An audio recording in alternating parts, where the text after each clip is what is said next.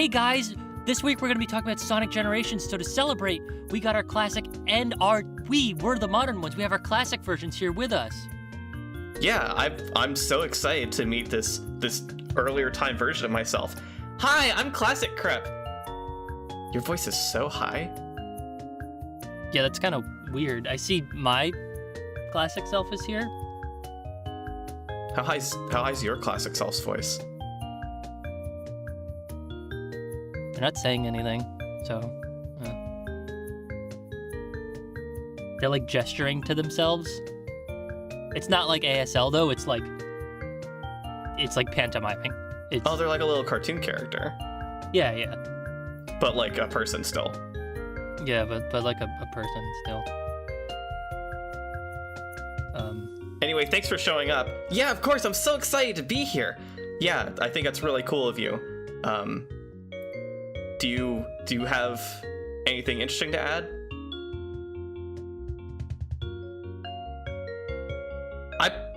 I like Sonic. I played Sonic too. Oh, cool. That one. Crap! I think we gotta drop these guys. I think we gotta go. Yeah, I don't know if this bit's working. I think you're right. Yeah, I think that. Hey guys, we're gonna go do a thing. We actually just got called in for a big Sega meeting. It sounds important, so. Oh my God! You talk with Sega? Yeah, it's actually really not that crazy. We're just gonna bounce. So we'll call you guys later. Maybe we could go out for burgers and fries. Yeah, fries are good. It was nice meeting you. Yeah, bye.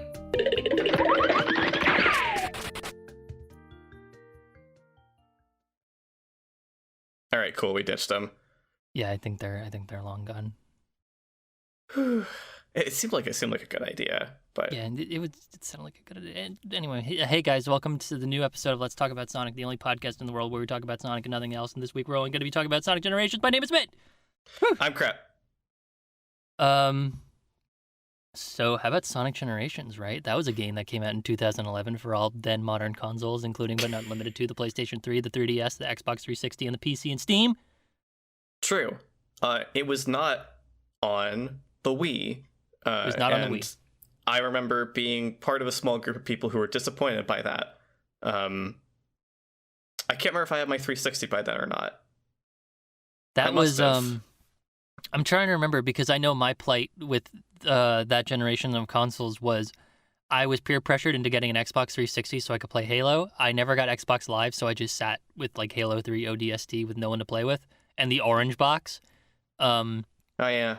And I had Scott Pilgrim on it, and then I didn't do anything with it. So I sold it to GameStop, but my dog chewed up the AC cable, which meant that I only got $40 for it. And then I got a PlayStation 3 instead, and I used that a lot more. I probably would have been in a similar boat. I still have my 360. I was also peer pressured into getting it, but I was peer pressured by my driving instructor, whom I didn't know personally. I just spent several hours with over the course of weeks, you know? And all the guy wanted to talk about was how cool the 360 was and how I should get one. And in retrospect, he kind of sounded like he might have been paid off, which is insane to think about. But I bought a 360 because I really wanted to play Scott Pilgrim also. And the only other games I ever had for it, period, were Marvel vs. Capcom 3, Sonic Generations, and LA Noire. So that's my whole 360 library. I mean, you'd think with someone that enthusiastic that they'd only want to talk about Sonic.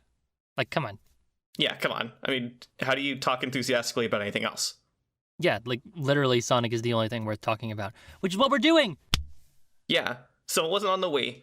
And I only bring that up because, like, I think people had their expectations set there a little bit by the existence of Sonic Colors, before realizing that Sonic Colors, being a Wii exclusive, was, like, there to placate people when Generations would not come to the Wii.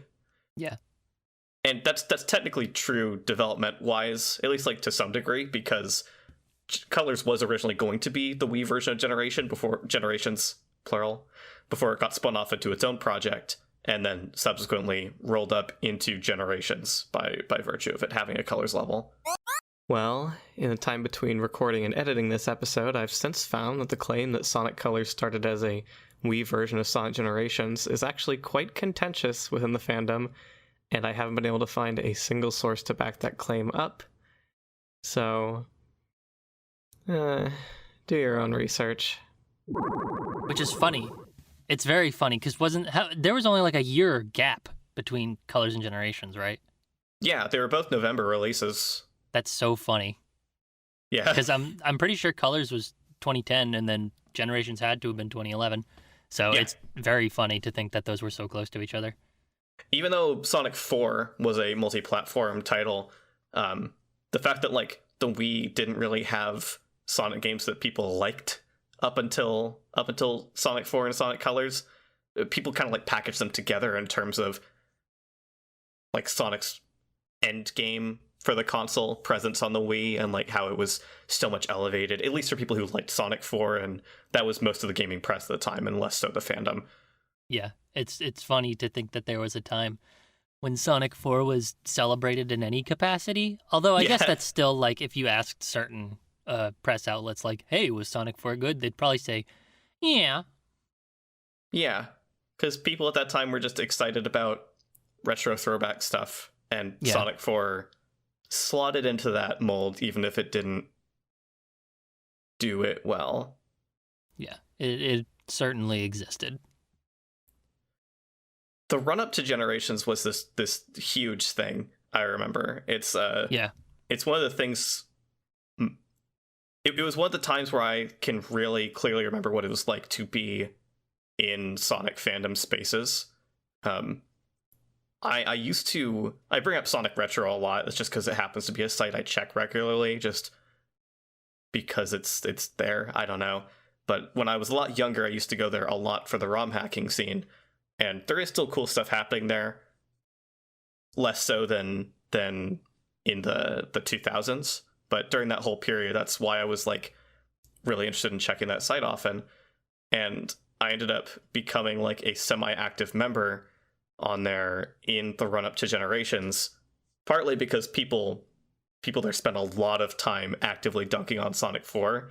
And let's see, in 2010, I would have been 16. Yeah, I would have been 16. So as a 16-year-old, it's very fun to dunk on things that you don't like superficially.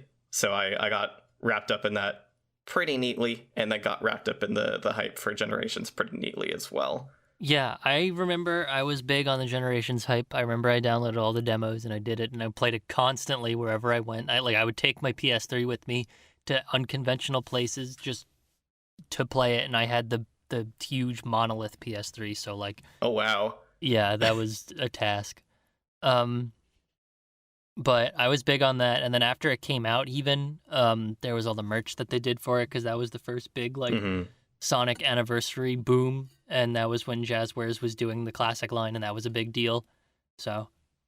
Oh yeah, that's right. That was kind of like the early bits of them leaning in on the classic art style for merch. Yeah, they definitely did it. And it's hard to describe because it's certainly not like how they're doing it today, but it's a lot more like everything looks like the old Genesis boxes, basically. Right. And it was a cool look. I remember I really got swept up in the idea that there were multiple paint jobs for their 5-inch Classic Sonic figure, which was then like probably the best Classic Sonic figure you can get. Because they did do at least 2 paint jobs. They did a really dark blue for him, like modern Sonic, and they did a lighter blue, not as light as he is now, but it was a little more like a I don't know, it was a more fitting blue for Sonic in general. And I remember I really wanted that, so I double dipped. And I remember that being a real pain with my family because I was really uppity about wanting to go to like toy stores and stuff to get those things when they came out. And there was one like product photo somewhere that made it look like in between like a true classic Sonic blue, like in Sonic 3 and Sonic 2. But I think that was just the lighting, because I remember posting about that on the Video Games Memorabilia Museum message board. And that's pretty much the answer I got. That sounds like an interesting place. Wonder if it's still active. It is not. That website has not been updated in a very long time, which is unfortunate.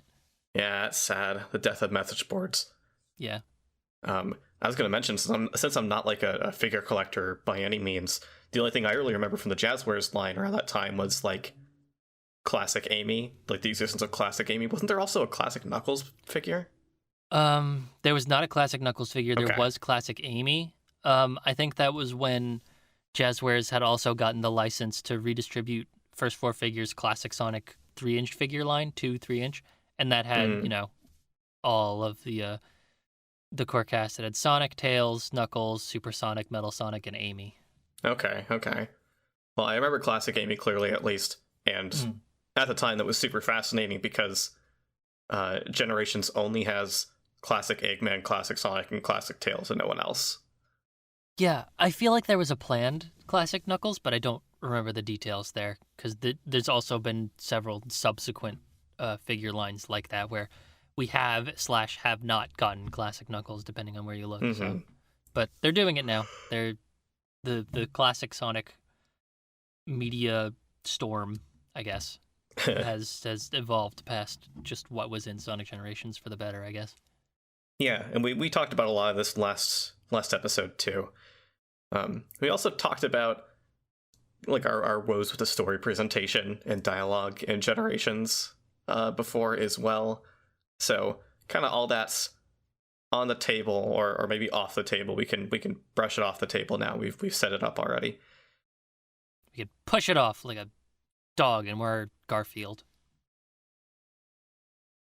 Wow, no one's ever likened me to Garfield before. We're both collectively like Garfield, and the thing we're talking about is like Odie. We kick it off the table. Kick it off the table. I pull out of my pocket a little like board game figurine, and it is of Modern Sonic, and he's doing the boost run with his arms behind and his body way outstretched. He's got the aura and stuff. So the boost games. That's I my like segue. them. Did you like that? Yeah, I like that segue because I like the boost games. Cool. I like them too.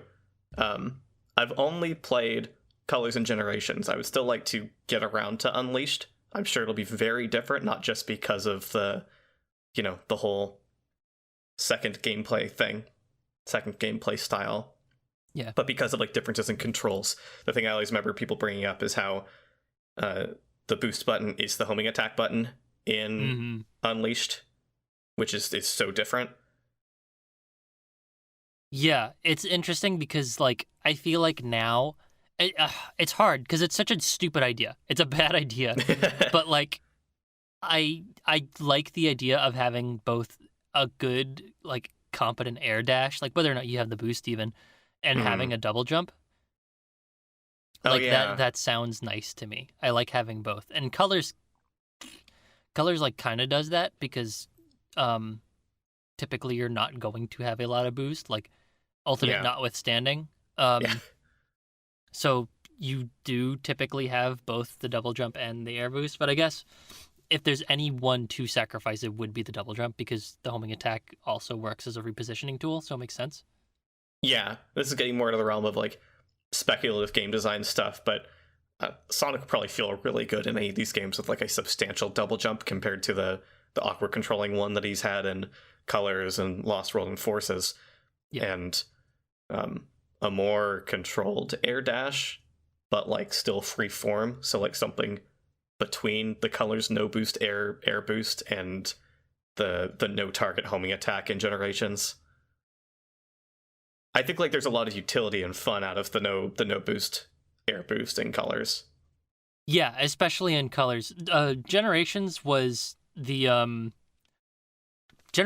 weird turn for the boost because that was the game where boosting in midair did not get you anywhere near as much forward momentum. It like sped you up, continuing your jump arc.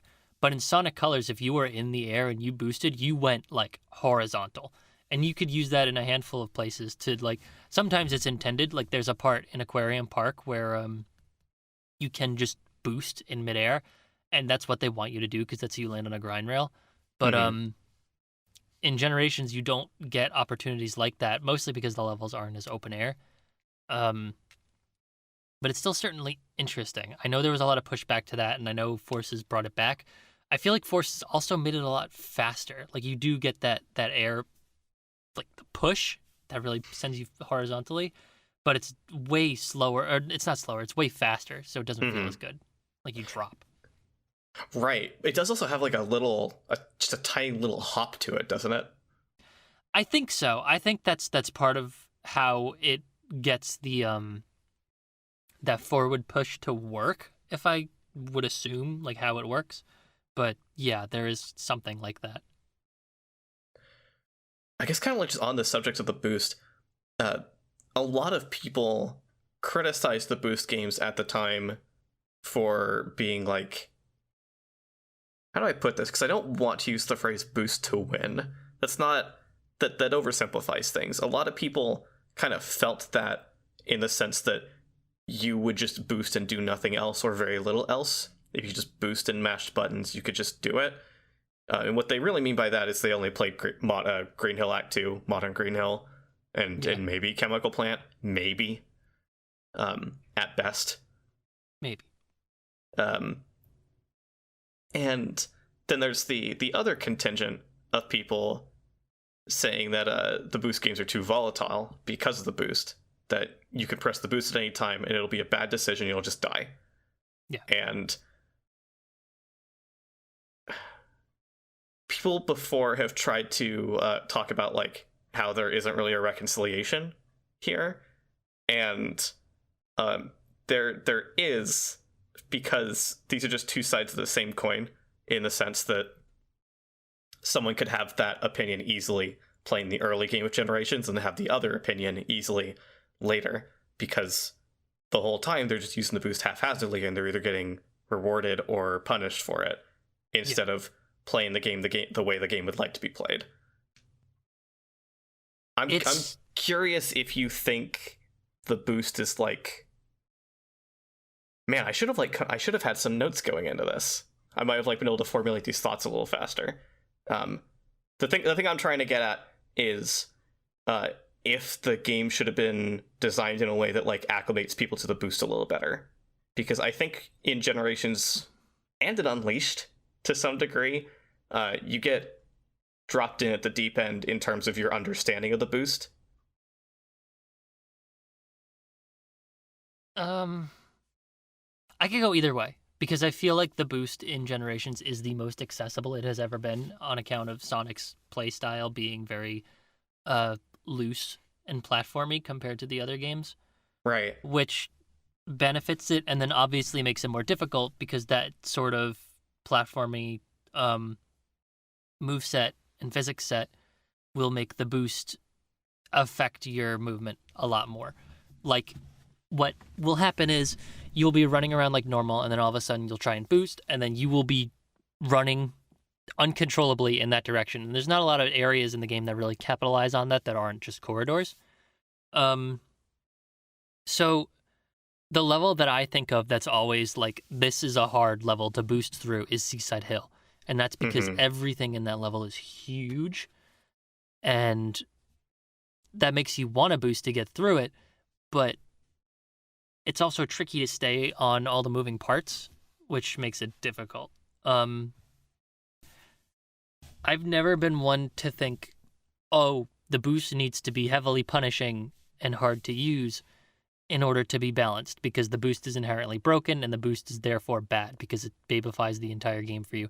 Because the challenge of the boost is just a different variation of the same philosophy that Sonic has always had, which is, if you are good, you will be able to utilize all the methods available to you to get through the level faster, and that's how you get better times. And there's no game that really pushes that idea like Sonic Generations does, where every single level is relatively short, especially if you know how to get through it. Like, there's a lot of branching paths in all these levels, and there's a lot of things to see and do, relative to the boost formula, obviously, but you could still get through the levels really fast, and that's what the game wants you to do. It wants you to replay these levels very quickly, very frequently, and it wants you to challenge you and your friends on like time attack boards and stuff like that. There's the 30-second challenge where you get as far into the level as you can within 30 seconds. The whole game is about that. So, like, when it comes to just the boost, I don't really know, because I feel like I've spent the most time with Sonic Generations out of all of the Boost games, so I would feel like, yeah, I am the most used to the Boost in this game. Also, I feel like it has the most accessible Sonic moveset because you have pretty much everything from the get-go, and it's just there are context-specific areas where you use them rather than in something like Colors where, oh, you can only use the drift in this area, or you can... Or actually, it's kind of reverse. You can only wall jump on certain wall panels, but you can drift wherever in Generations, but it's kind of the opposite in Colors.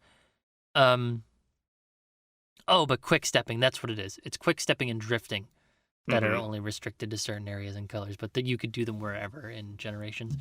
I think that's the big thing, is that they give you everything you can really use, and the boost is just an additional tool. And the boost basically just making you go faster is a double-edged sword, because it is useful in the more streamlined and corridor-like levels like Green Hill and Chemical Plant. Kind of City Escape, kind of Speed Highway, stuff like that, Crisis City. But all those levels like that, I think, are very good boost levels, and I think they all demonstrate what Sonic Generations is trying to do really well. I've dabbled in HD Unleashed. I mainly had Wii Unleashed when I was growing up, but I also have HD Unleashed now, and I've played it a couple of times. And it is definitely harder.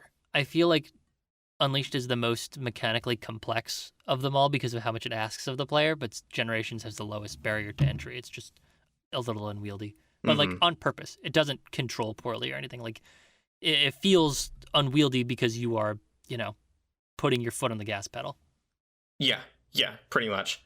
Like, there's a reason that some people liken the boost games to driving simulators. Not saying that they are that, but that there are commonalities. Yeah, I think it's definitely an apt comparison, and it's definitely a good comparison. There are definitely driving games where like there's more to do than race, and I think that's kind of the draw here. And I think that's a good place for the boost gameplay for Sonic to be. I guess like it's not as bad as a comparison as it seems at face value. Like Sonic handling like a car makes sense, especially in this kind of level. It's just how far removed from a traditional platformer do you want Sonic to be? Because there's nothing wrong with that. It's just, do you have a preference for Sonic being a traditional platformer or not? Mm-hmm. We're airing out all the boost gameplay dirty laundry today. All right, if we're airing out the dirty laundry, I haven't actually played Generations in actual years. I was definitely obsessed with it in 2011 and 2012, maybe up through 2013. I got real excited about it again once I got into a computer in 2012 or 2013, I can't remember, and was actually able to run it on Steam for the first time and record it also. And so I got really excited about that. I was playing it a bunch then. And I just kind of haven't really like given it real time since then. Like I kind of want to, but when I think about doing it, I feel like I've experienced everything I really need or want to with it already. I don't think Sonic levels have to have a ton of branching paths and different ways to get through them for it to be a good Sonic game. But I definitely think that's a trait that I admire in Sonic level design. A Sonic game, I get really attached to a Sonic game when it has layered levels in such a way that I can play it again in a few years after I've already played it to death and still have like the chance of finding something I didn't know was there at all. I kind of feel like I've seen everything in Generations. Part of that being that the hype train post-release, I consumed a lot of videos of people playing the game too. So I've seen like every branch that Seaside Hill has, every branch that that like City Escape has, that Sky Sanctuary has, the biggest levels in the game. And I feel like the levels just don't really excite me that much anymore. That's interesting because for me, I would love to play it more. The Steam port is atrocious. It did not make it through modern PC check. Like, it is so much harder to just sit down and boot up Sonic Generations than it is to just boot up literally any other Sonic game on Steam. Like, if I wanted to just drop everything and play Sonic Adventure. I could do it right now. I could literally just sit here in the middle of the recording and boot up Sonic Adventure and just be playing it on my laptop right now, and I would have no issues. Sonic Generations on my rig is just a huge pain to set up because it's got no good like hardware settings, I guess. Like I can't really set it to be anything that I want it to be comfortably from like a video setting perspective, because I have 2 monitors and I always have my tablet monitor plugged in. So like some of the time it'll just boot on that second monitor when I don't want it to. That's not my main monitor anyway. So I don't know why it's going to that. It also will just, what seems like at random, not use my controller. Like it just won't read properly. It seems like that's usually with Steam's API. Like if I'm using something like the DS4 Windows tool, that will pretty much always override any controller issues in any game whatsoever. But I don't like doing that. I'd rather just use the Steam controller API if it works because it's easier. So like the fact that Sonic Generations on PC has all these caveats that make it harder to play on PC, it's like, well, I guess I'm just not going to play Sonic Generations, which sucks because it's such an easy game to just sit down and play once you get into it, because all you do is run around in levels and like play them over and over, and that's what you do. That's the point.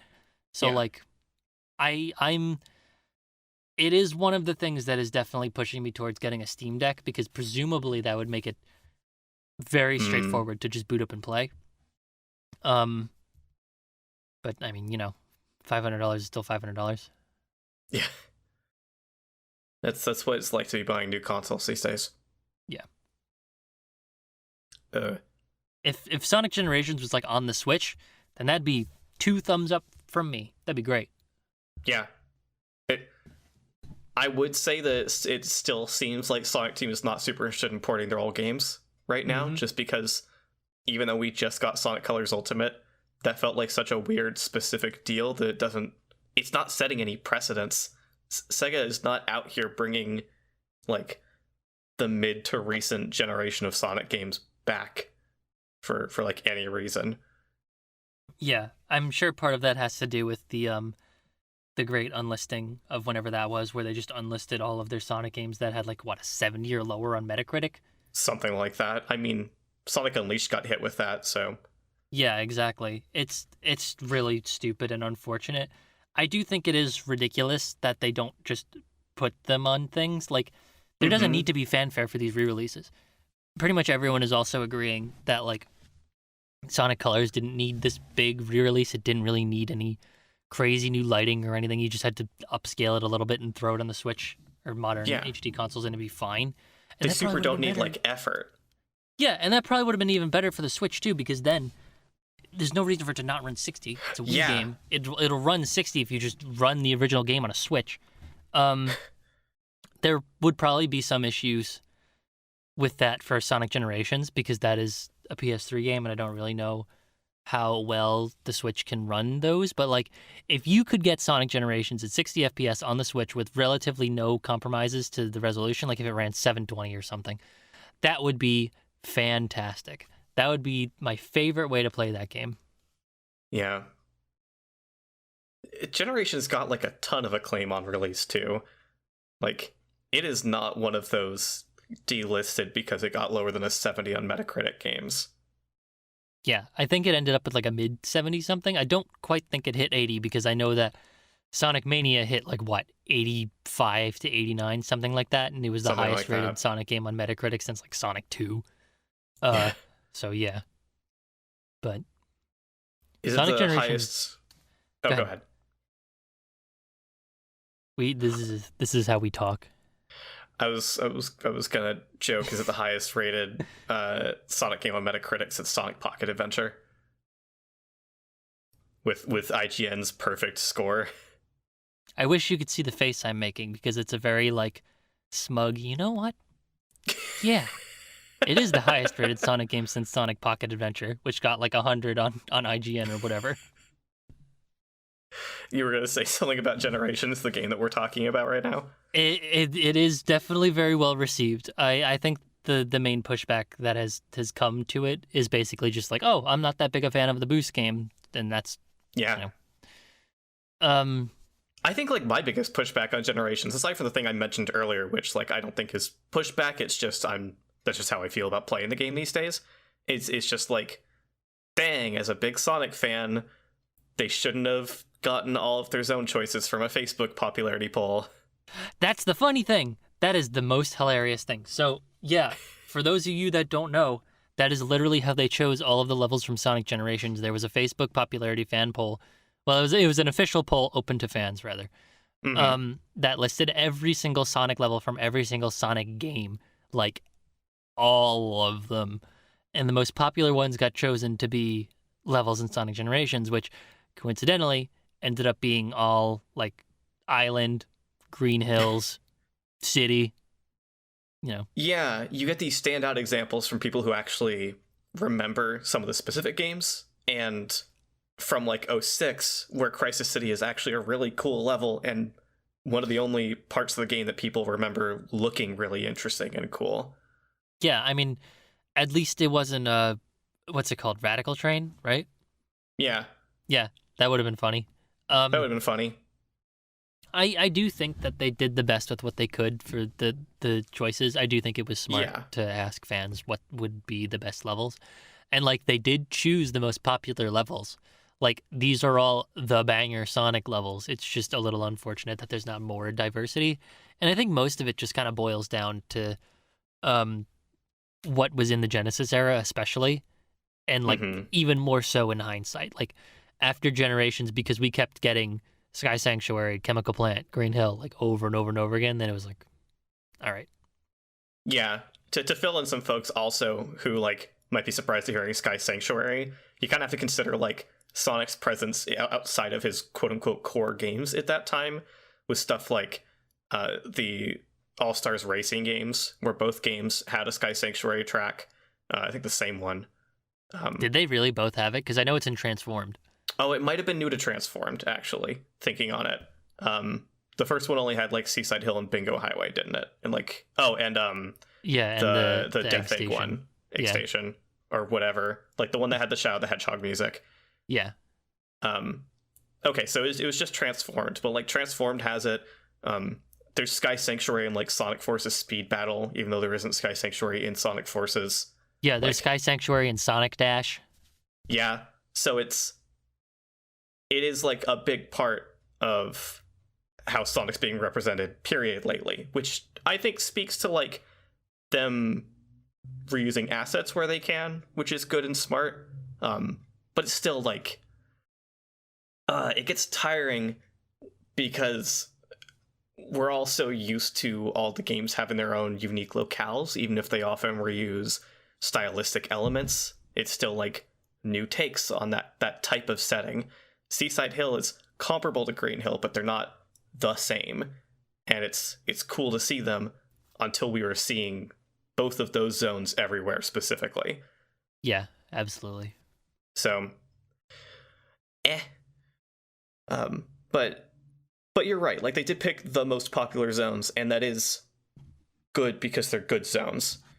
Yeah. I would have liked their choices to have been like tapered a little bit through their own discretion as Sonic developers and what their interests are. They seemed like so focused on giving people what they thought they wanted through like public consensus. Yeah, it's tricky because I don't know like what else I would like. I guess Mania is a good example of like these are all 2 thumbs up. These are all great levels. Even though, they hit the usual notes at the beginning. But there's always Generations on the 3DS. Yeah, which used the runner-ups for several games polls. Did it really? Is that how they picked? Yeah, that's how you get Casino Night and Mushroom Hill and Radical Highway. I guess that makes sense. And Emerald Coast. I guess presumably how they got Tropical Coast and Water Palace also, or not Tropical Coast, Tropical Resort and Water Palace, but like, I wonder if Water Palace was actually the top rated, the top voted for Sonic Rush Zone. I am sure, because Back to Back is very popular. I think the 2 most popular Sonic Rush songs are Back to Back and What You Need. what you need is like the one Sonic Rush level song that I remember the zone name beforehand because it's Deadline. Huh. As someone who still hasn't played that game all the way through, I think of what you need first. Because I know the soundtrack more than I know the game.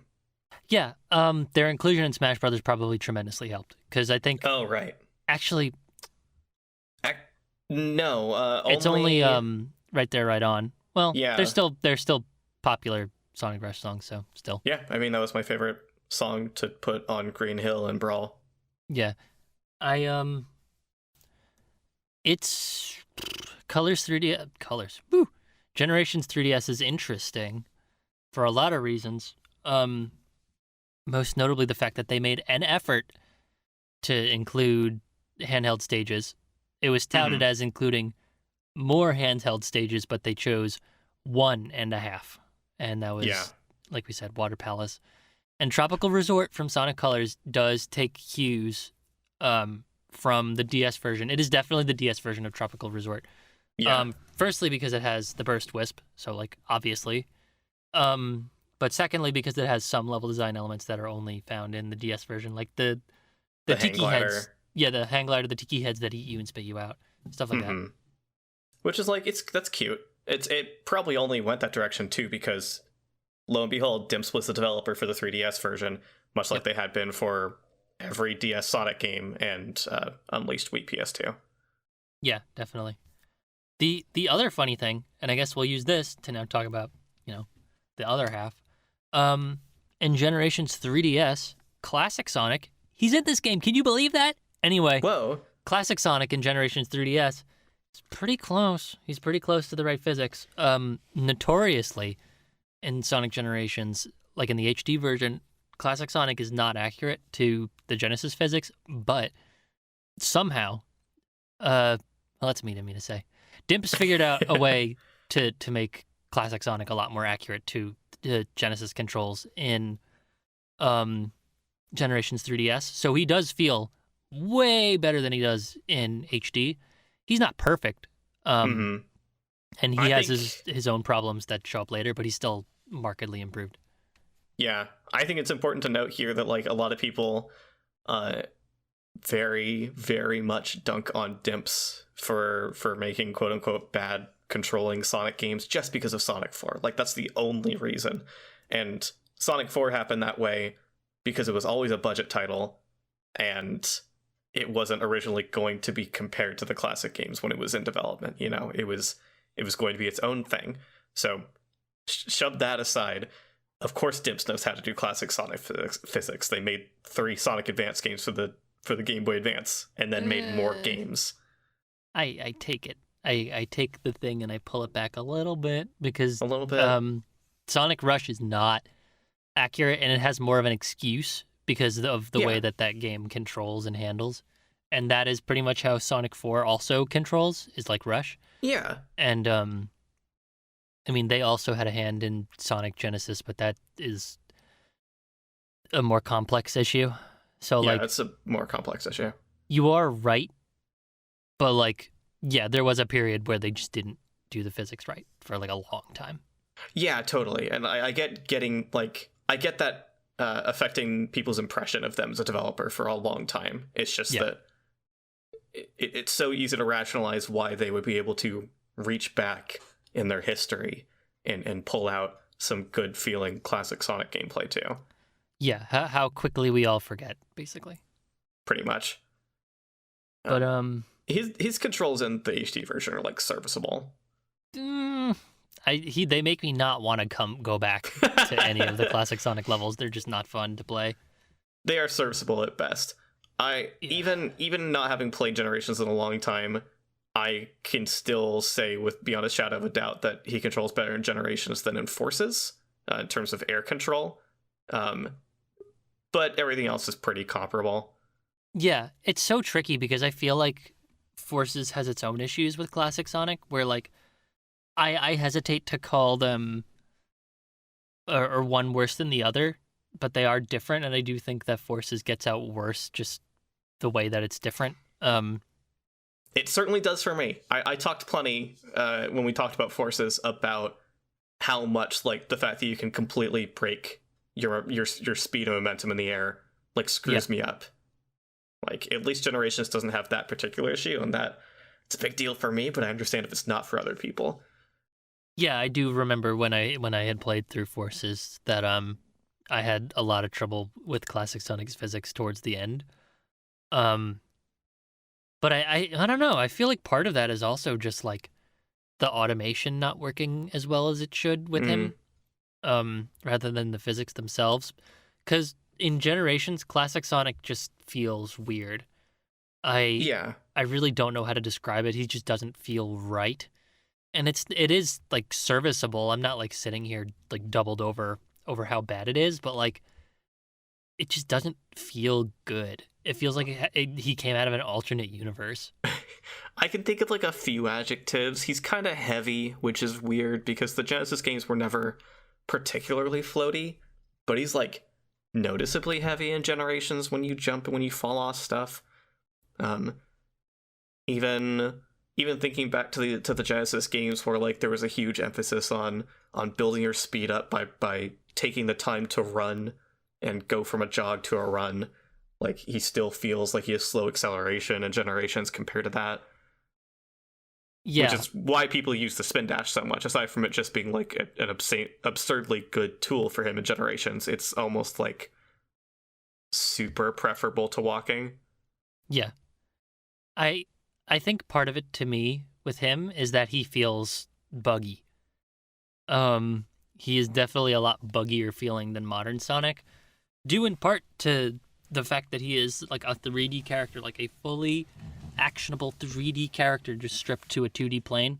So he kind of comes with the usual Sonic stuck in 2D trappings when they do it in like Colors and Generations and Unleashed and stuff like that.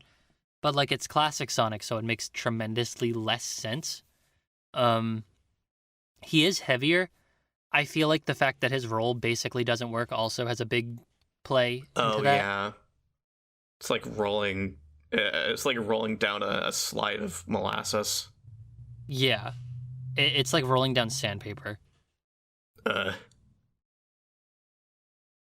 The funny thing about classic Sonic in Generations 3DS though is that the Genesis era of levels, which in that game, like we had said, is Green Hill, Casino Night, and Mushroom Hill, is that those level designs are lifted straight from the Genesis games, which in one way demonstrate how different the physics are between, Generations 3DS and the original games. Like it shows the imperfections more, but it also just shows that like they do work. Like you are still playing through the levels and it is functional.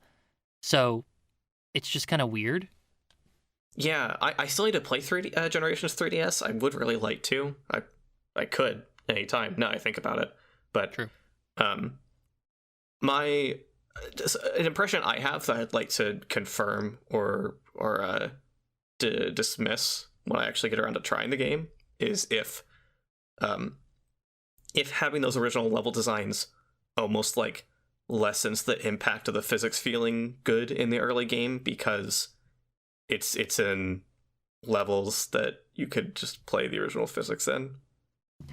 I think that they enhance it because at first I didn't notice like, oh, this is the same level. Like I feel like it's most obvious with Green Hill because everyone knows Green Hill. But with like Mushroom Hill and Casino Night, they're not as immediately memorable, to put it one way. Like if you remember them, you remember them, but I do think that there's less people who remember them compared to Green Hill Zone, and that's my point. But it's funny because the later levels are, because they are not the Genesis levels and they are not structured like them, they are therefore worse because they are less interesting levels, which I think is the big thing. Man, that's so unfortunate. Yeah. One thing that I really remember about Generations 3DS that I should try and confirm is that Tropical Resort, I almost said Tropical Coast. Tropical Resort is basically a straight line. Like that is what I remember it being. I cannot remember because it's been years since I turned it on, but that, I don't know, I remember that level being very rushed feeling. I mean, I believe it, given Planet Wisp in HD Generations also feels rushed in its own way. It's very different from what you're describing with Tropical Resort in the 3DS version. But, like, I bet all of the colors content in both games was kind of eked out. Yeah, because they had so little time to do it. Mm-hmm. It's so interesting. They could... If they included another game, presumably from the Dreamcast or modern era, that wasn't colors, to, like, fill in the gap, and they just didn't have colors because it had just came out, what would that be? I mean, it's messed up because in my head it would be Shadow the Hedgehog, and I think that might still be true given that the 3DS version got Radical Highway for one of its stages. Like, I don't think that the Sonic team of 2009 to 2011 or 2008 to 2011, whatever the proper development cycle was, would have shied away from including Shadow the Hedgehog as a core Sonic experience that they then put Sonic through. That would be tricky. Like, it would be interesting. I would be really curious to see what they do. But yeah, I would really want to know what they do with that. Yeah, I mean, Shadow the Hedgehog just doesn't have that many memorable locales. Maybe, like, the digital levels kind of stand out. Yeah, I would say the digital levels, the haunted house level, kind of. Mm-hmm. The casino level, more so. Back when Mel Pantro was working on that huge Sonic Generations mod that fell through, they were doing Sky Troops. Yeah, I remember that. And, it's kind of fun, even if it overlaps with Sky Sanctuary a bit. See, honestly, it would definitely be playing to the issue, but I would like to see Westopolis. That would probably be kind of cool to see in HD, but it would be similar to Crisis City, but, like, in a slightly different way. Yeah, right. It would be like between Crisis City and City Escape. I was gonna say Crisis City and Speed Highway, but yeah. Yeah, true. It's kind of between both those and Crisis City, because those are, like, functioning cities of two different styles.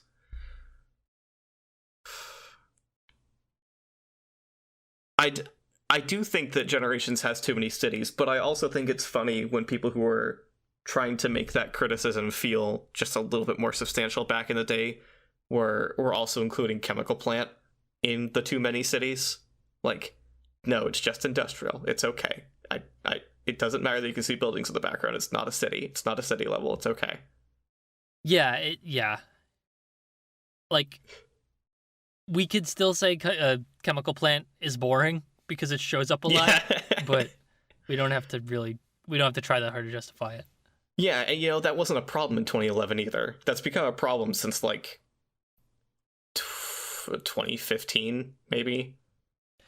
Yeah, it's really been there for a while.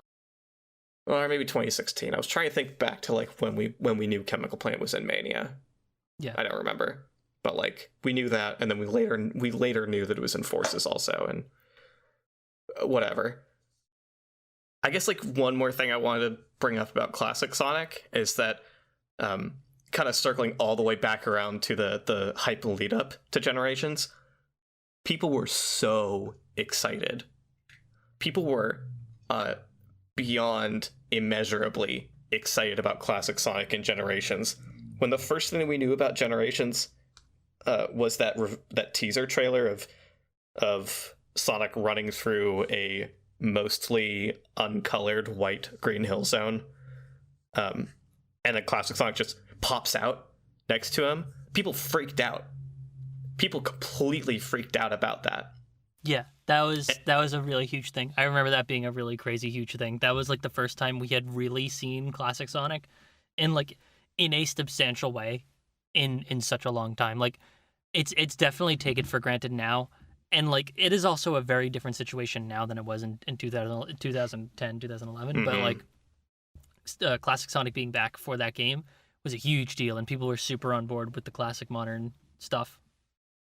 Yeah, and I was also excited, but thinking on it, and especially with, like, a lot of hindsight and a lot of a lot of like taking in other people's perspectives over the last few years, I realized that was the point when like the design split existed. It didn't exist necessarily before then. I guess it kind of existed at Sonic 4, actually. Sonic 4 was the point where it really existed, but Generations was them like acknowledging it.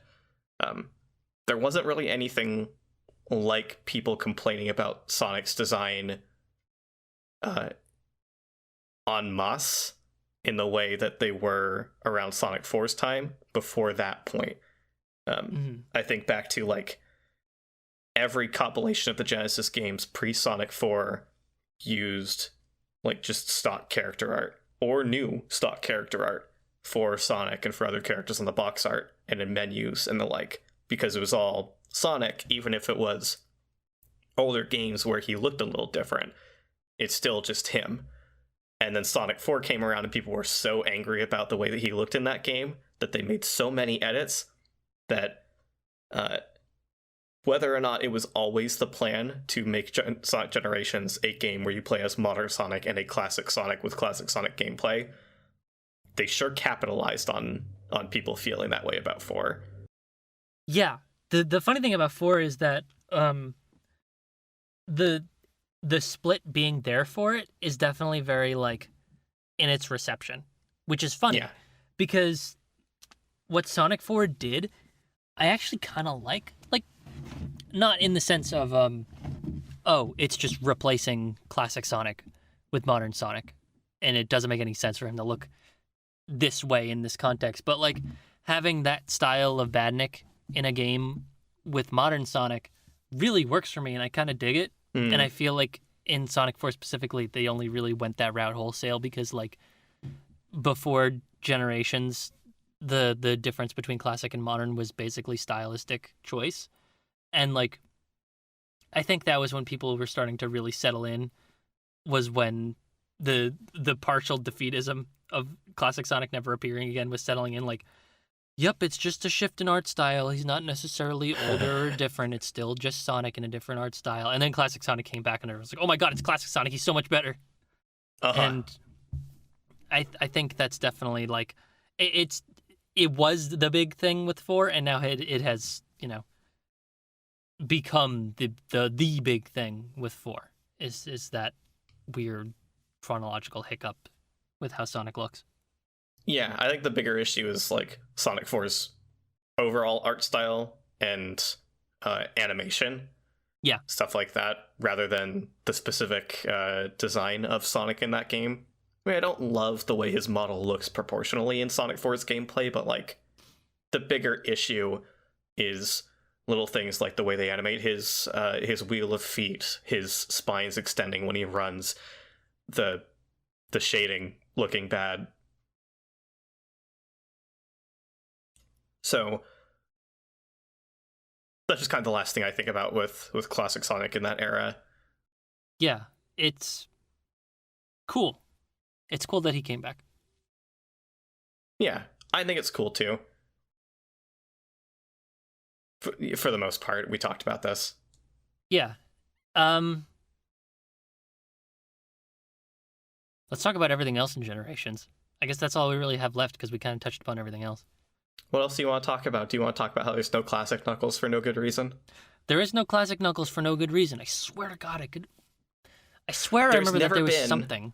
There's never been like a classic Knuckles model that they made or anything.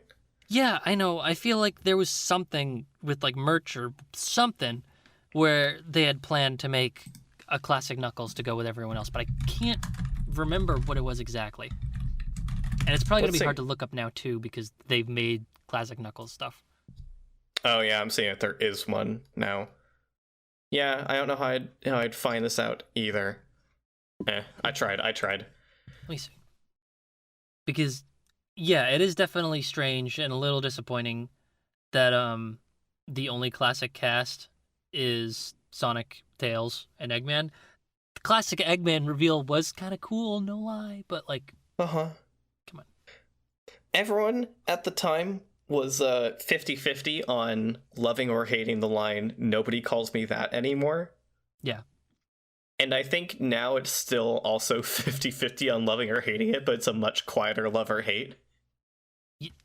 To go back to the classic Knuckles thing really quick, I don't think this is exactly it. There was a classic Knuckles plush with the Generations branding. Seriously? Yes, and I remember this, and I had it, which is very funny that I couldn't remember it because it's right up there. But I do have it. There was a set, and it was classic Sonic, Knuckles, and Tails, and I had all three because I remember being stoked that they made classic plushes, and that was the time when I was all in on getting plushes. Dang. So like that highlights it even more. That and the classic Amy is like, okay, here's something I want to bring up. This is more relevant today, and it's using information from today's like brand restrictions and rules, but technically now Sonic, Tails, Amy, Knuckles are modern and classic characters, but other characters who appeared in classic games and modern games are only modern ones. Yes. Like the Chaotix, and that's goofy. But I always think back to when Generations came out, and I was disappointed that the only classic equivalents were Sonic, Tails, and Eggman. I was like, every character here, except for Shadow, Blaze, and Cream, has, and Rouge, has a classic equivalent, and none of them are here except for Tails, and that's super weird. Because every level in Generations gives you a little scene with a character who is a Sonic friend, who is like, "Woo, you saved me. It's so good to see you. You're looking a little rounder than usual." Classic Sonic, who I don't know is classic. And, like, it's a little charming, it's a little fun, but they didn't really, like, capitalize on it. And I have to wonder if they had similar ideas then to what they do now in terms of like the classic modern split. Like there's nothing really there isn't like much evidence for that or anything. It's just I'm curious what they were thinking at the time. Yeah, I mean, I guess that leaning in on it only being Sonic, Tails, and Amy secures the fact that Sonic CD came before 3. Am I right? Anyway, I did further digging. I found it. Oh. One of there's 2 sets of canceled Jazzwares figures from, I think, the 3-inch line listed on Sonic News Network wiki page, and it is a Shadow and Rouge 2-pack, comic 2-pack, and classic Knuckles. So I was on the money. I was right. Wow. So yeah, that was going to happen. Yep.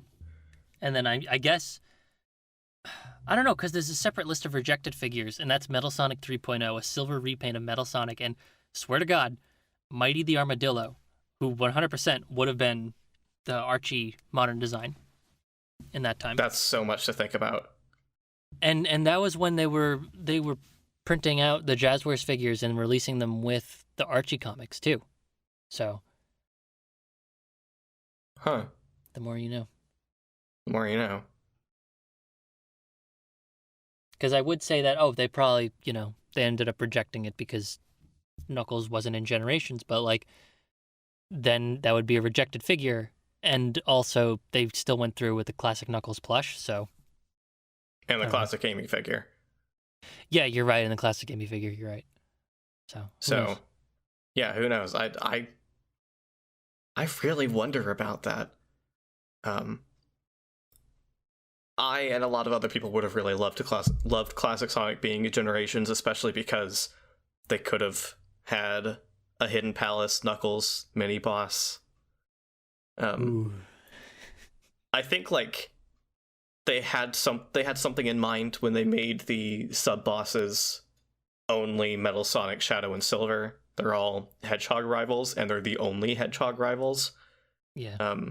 So like that all makes sense, but like, come on, you could have had a Blaze fight in Generations 3DS. They really should have. They really should have. God, it makes no sense for Silver to be there.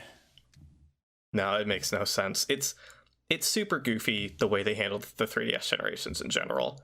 I know so many people in the lead up to the release of that one were really excited for like any advanced levels, and then all they got was Water Palace, which like Water Palace is cool, but like that's it. That's your mobile Sonic rep. Yep, I know. Handheld, I mean, especially because the advanced games have a lot of cool levels in them. Yeah.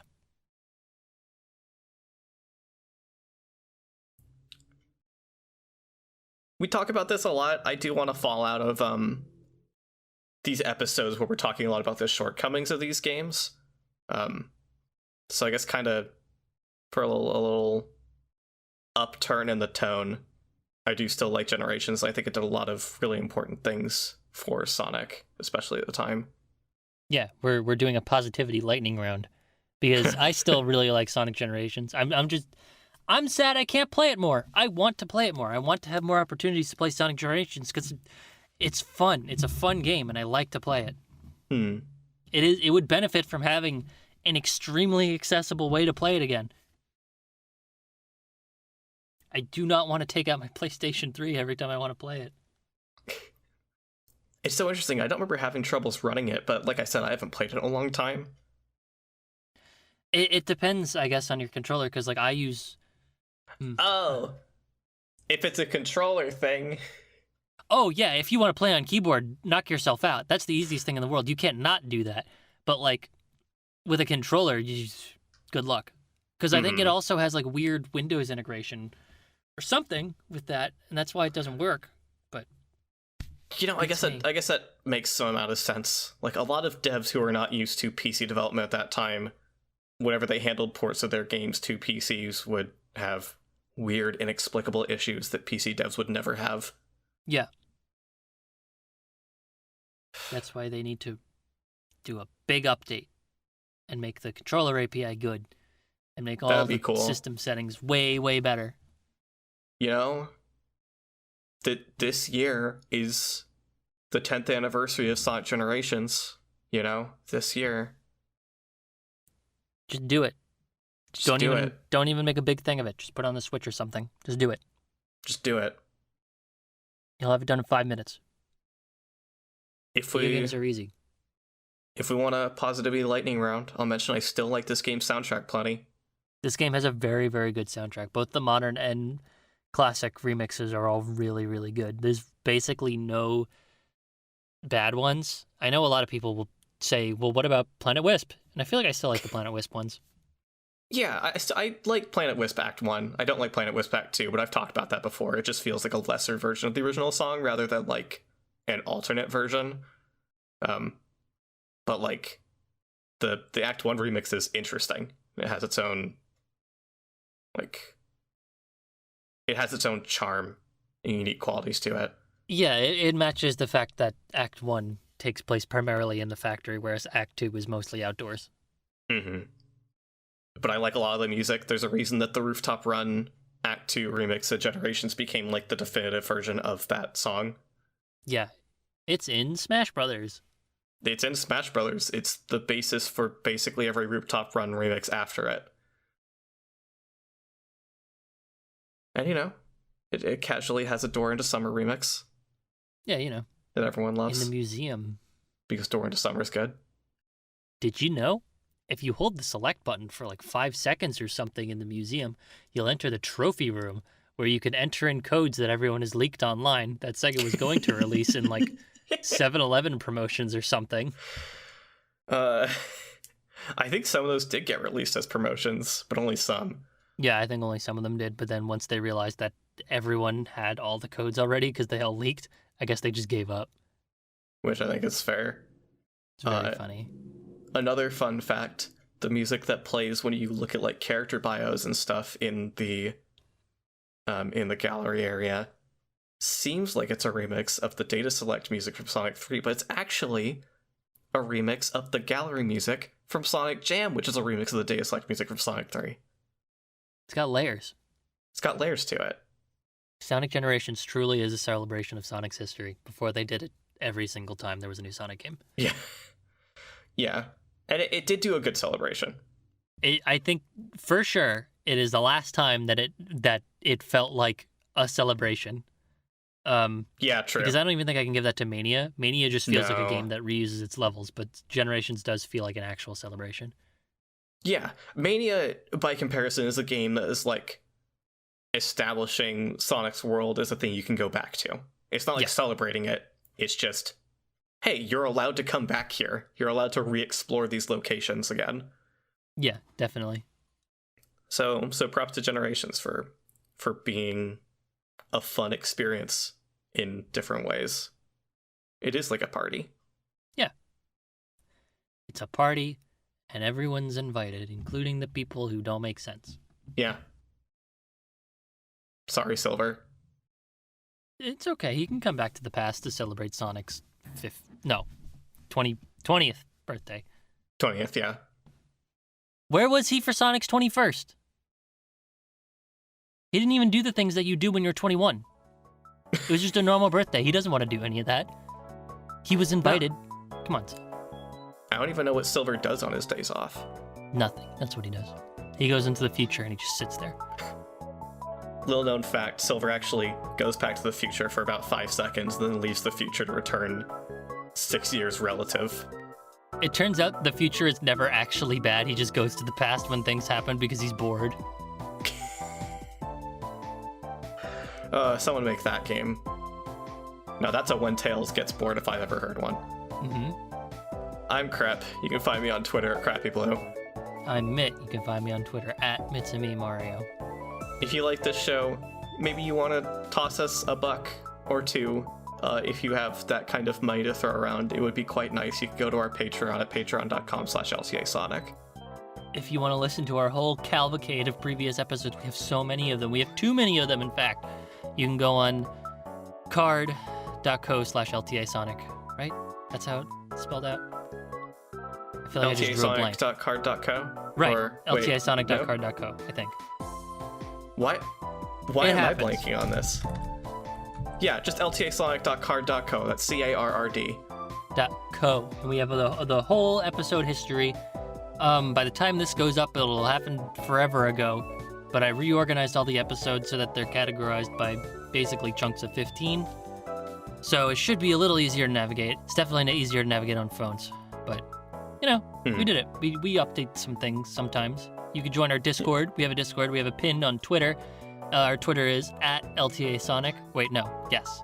Right? Yes. Yes. Okay. Yes. Our Twitter is twitter.com/LTASonic. You can go there, Yes. check the pins. Yes. And on there we have our Discord, where we talk about Sonic and nothing else. And you can get exclusive podcast updates like every single Friday where we ping everybody. If that sounds fun for you, every time, it's not every single Friday. It's every other Friday. Whenever we have a new episode, we ping you first to know. And then you know. And then you know. And then you can watch it with everyone else, and you can go in the podcast discussion. You can talk about it with us. We're there. I will always see you in the next zone.